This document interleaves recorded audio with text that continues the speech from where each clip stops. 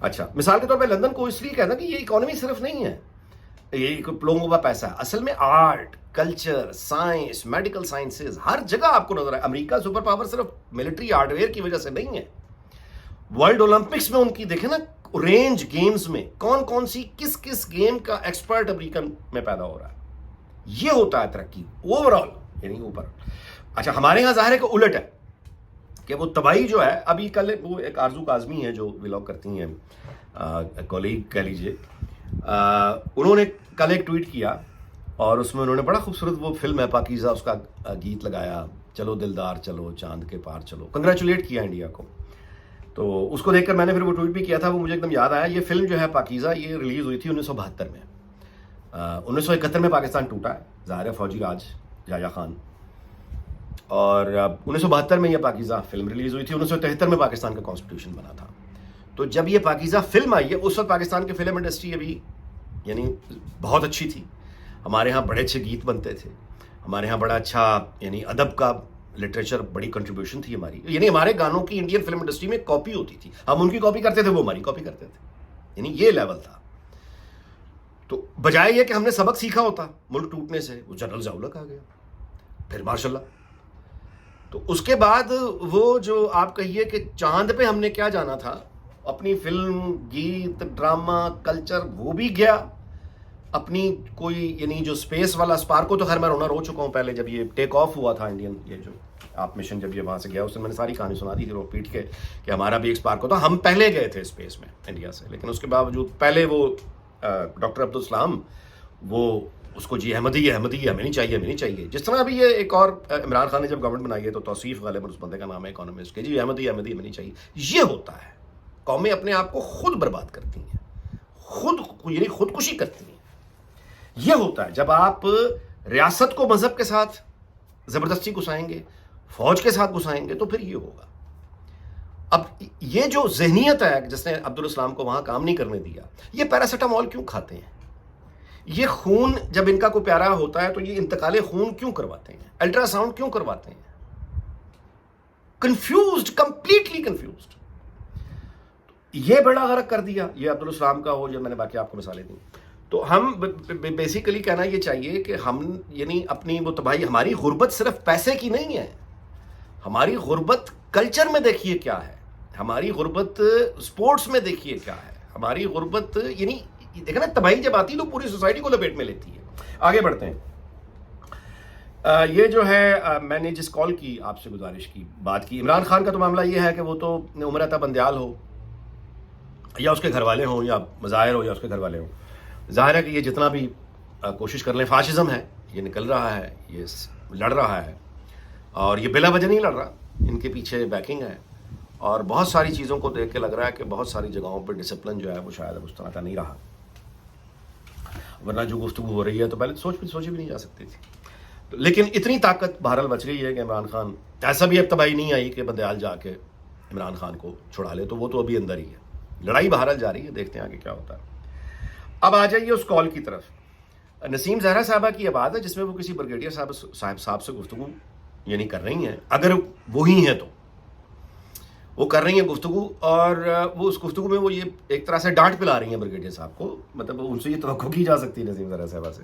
ان کی ایک ویڈیو بھی پچھلے دنوں وائرل ہوئی تھی جس میں وہ کچھ آرمی کے لوگوں کو ڈانٹ رہی تھیں.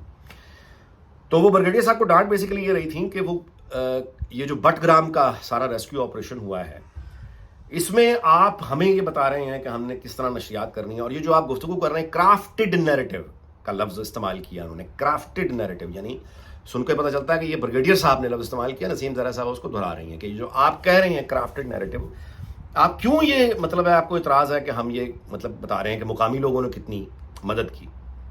یعنی یہ کہ ایک ریسکیو آپریشن تھا، اس میں فوج نے بھی مدد کی، اس میں لوگوں نے بھی مدد کی، تو یہ کوئی ایک دوسرے کے مخالف ہیں؟ ایک ہی قوم ہے، اسی کے لوگ ہیں، اسی کی فوج ہے، اکٹھے انہوں نے مل کے کام کیا، ریسکیو آپریشن کر دیا. تو اس پہ کریڈٹ کے لیے کیوں اب جھگڑا پڑ گیا ہے کہ یعنی یہ کہا جا رہا ہے کہ ہم مقامی لوگوں کی پیچھے کر دیں کہ مقامی لوگوں نے کوئی مدد نہیں کی تھی، اصل تو سارا کام فوج نے کیا تھا. اس کال سے یہ تصور نکلتا ہے کہ وہ اس پہ اعتراض کریں جائز طور پہ. اگر یہ درست ہے تو بالکل ٹھیک ہے، جائز اعتراض ہے، لیکن میں اس کال کے کانٹینٹ پر بات نہیں کر رہا. میرا دلچسپی کا موضوع وہ نہیں ہے. میرا دلچسپی کا موضوع یہ ہے کہ یہ جو آڈیو کال لیکس کا سلسلہ ہے، یہ طاقت ہے، یہ پہلے حکومت یا ان کی ایجنسیاں یا ریاست کی ایجنسیاں، یہ ان کی عیاشی ہوا کرتی تھی. یعنی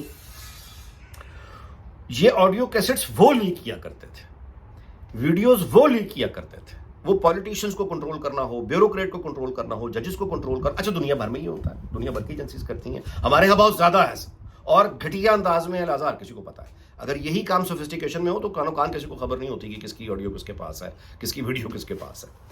مطلب گیم تو یہ ہوتی ہے نا. یہاں MI6، یہاں مارگریٹ تھیچر کے زمانے میں جس ملک میں بیٹھا ہوں برطانیہ، MI6 جو یہاں کی انٹیلیجنس ایجنسی میں ہے، ان کا جو چیف ہے وہ سوویت یونین کا ایجنٹ نکل آیا تھا اور پکڑا نہیں تھا برطانیہ نے اس کی زندگی میں. اس کو وہ خود اپنی ڈائری میں لکھ کے چلا گیا تھا. اس کے مرنے کے بعد اس کی ڈائری پڑھی تو پتا چلا کہ یہ تو KGB کا ایجنٹ تھا، یہاں کی انٹیلیجنس ایجنسی کا چیف.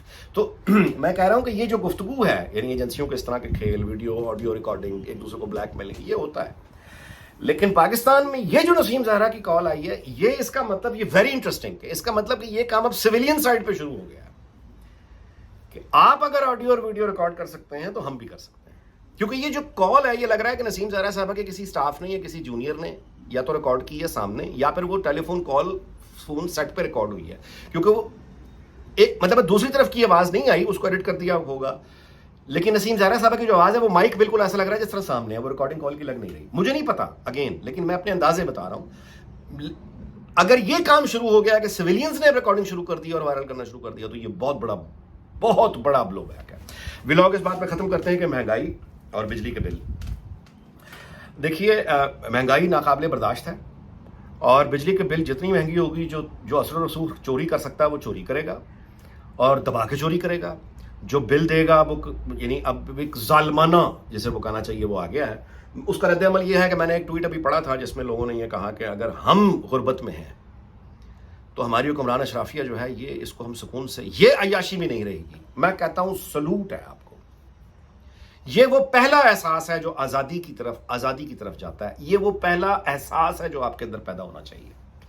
ٹھیک ہے کہ ہم ایک دم دولت نہیں لا سکتے، ایک دم امیر نہیں ہو سکتے، ٹھیک ہے ایک دم ہم یہ سارا چیزیں ٹھیک نہیں کر سکتے. جو کر سکتے ہیں وہ یہ ہے کہ حکمران اشرافیہ اس کو گھسیٹ کر نیچے لے کر آئیں اور اپنے ساتھ بٹھائیں. قوم جو ان کے پیسہ دے رہی ہے، وہ جس حال میں رہ رہی ہے، یہ اپنی عیاشیاں ختم کریں. ضرورت کی ساری چیزیں لیں. غنڈہ گردی نہیں. وہ پولیس ہو، وہ جج ہو، وہ سرمایہ دار ہو، جاگیردار ہو، کوئی سرکاری نوکر ہو، فوجی ہو، کوئی ہو، جب یہ ساری مل کر جو اشرافیہ بنتی ہے. کاش کہ ہمارے لوگوں میں اتنی غیرت آ جائے، لیکن تشدد نہیں. پلیز پیٹرول بم دھماکے، یہ پاگل پن آگے لگا دینی، یہ توڑ پھوڑ کرنی، یہ نہیں ہوتا حل. یہ تو مزید بربادی ہے. مجھے سمجھ نہیں آتا یہ جو رائے بنڈ لاہور میں لاکھ 1.5 لاکھ لوگوں کا اکٹھ ہوتا ہے تبلیغی جماعت کے لیے. یہ لاکھ لوگ جا کے آپ وابڈا کے سامنے نہیں بیٹھ سکتے. چیئرمین وابڈا کون ہوتا ہے؟ اس وقت بھی ایک جنرل صاحب ہیں. جنرل صاحب کیا کرتے ہیں وابڈا میں؟ آخر وابڈا چیئرمین ایک جنرل ہی کیوں ہوتا ہے؟ وہ ایک ٹیکنیکل آدمی کیوں نہیں ہوتا؟ گالی بے نظیر کو دینی ہے جیسے دنیا میں سے گئے کا بہت عرصہ ہو گیا، 90 کی دہائی میں جی. کو گالی نواز شریف کو دینی ہے، گالی مولانا کو دینی ہے، گالی MQM کو گالی. وہ چیئرمین وابڈا کون ہے؟ وہاں بھی ذرا توجہ کر لیں. تو وہ بجلی چوری جو انڈسٹری والا کر رہا ہے، سٹیل مل میں کر رہا ہے، ساری چوری ہو رہی ہے. ٹیکسٹائل مل میں یہ ایک آدمی اس وقت کیبنٹ میں کیئر ٹیکر منسٹر ہے اس وقت، جس نے سب سے زیادہ چوری کی ہے اپنی ٹیکسٹائل مل میں بجلی کی، جو ایکچولی وہ مٹیریل ہوتا ہے، را مٹیریل ہوتا ہے. چور ہے وہ وزیر ہے. تو تشدد بالکل نہیں، لیکن پرامن احتجاج. وہ یار 50,000 بندہ کھڑا ہو جائے، 1,00,000 بندہ کھڑا ہو جائے، اکٹھے ہو کے کھڑے ہو جاؤ، پرامن احتجاج کرو، زندگی آسان ہو جائے گی. کیونکہ بھائی میرے یہ عزت جو ہے نا، یہ بھیک پر نہیں ملتی ہے، اپیلوں سے نہیں ملتی ہے، یہ لینی پڑتی ہے. حکمران اشرافیہ کے اندر وہ ڈر ہونا چاہیے. یہ سول جج عاصم، اس کی جرت کیسی ہوتی ہے کہ یہ اپنے گھر کے ملازم کے ساتھ وہ نہیں پیش ہو رہا، کچھ نہیں بگڑ رہا اس کا. وہ اس لیے کہ ان کو معلوم ہوتا ہے کہ ان کی حیثیت کچھ نہیں ہے، کیڑے مکوڑے ہیں. تو اگر لوگ کھڑے ہو گئے، اور یہ کالز ریکارڈنگ کا سلسلہ یہ جو اب ہو رہا ہے کام، یہ انٹرسٹنگ ہے، دلچسپ ہے. لوگوں کو کھڑا ہونا چاہیے، مہنگائی کے خلاف احتجاج کرنا چاہیے، اور مہنگائی کم ہونا ہو، یہ سنگل فوکس ہونا چاہیے کہ مفت چیزیں اب بند. اشرافیہ کو یہ جو پروٹوکول، سڑکیں بلاک، ذلیل کر دیا لوگوں کو, اتنی بڑی بڑی سواریاں چلتی ہیں, کوئی گورنر جا رہا ہے, کوئی وزیر جا رہا ہے, کوئی آئی جی جا رہا ہے, کوئی IGFC جا رہا ہے, کوئی فلاں جا رہا ہے. کیا بکواس ہے یہ؟ کس چیز سے تمہیں ڈر ہے اپنی جان کا؟ اتنا ڈرا چھوڑ دو کرسی, گھر میں چلے جاؤ, کسی اور کو نیڈر کو لے آئیں گے. اپنی عزت کروانا ہوگی, ورنہ یہ پھر ذلت ہے آپ کی سہتے ہیں. بہرحال جی, ہم یہی دعا کریں گے اللہ تعالیٰ پاکستان اس کے تمام ہمسایوں دنیا بھر کو شاد اور آباد رکھے. اگلے ویلاگ میں آپ سے ملاقات ہوگی, اپنا بہت خیال رکھیے گا. اللہ حافظ.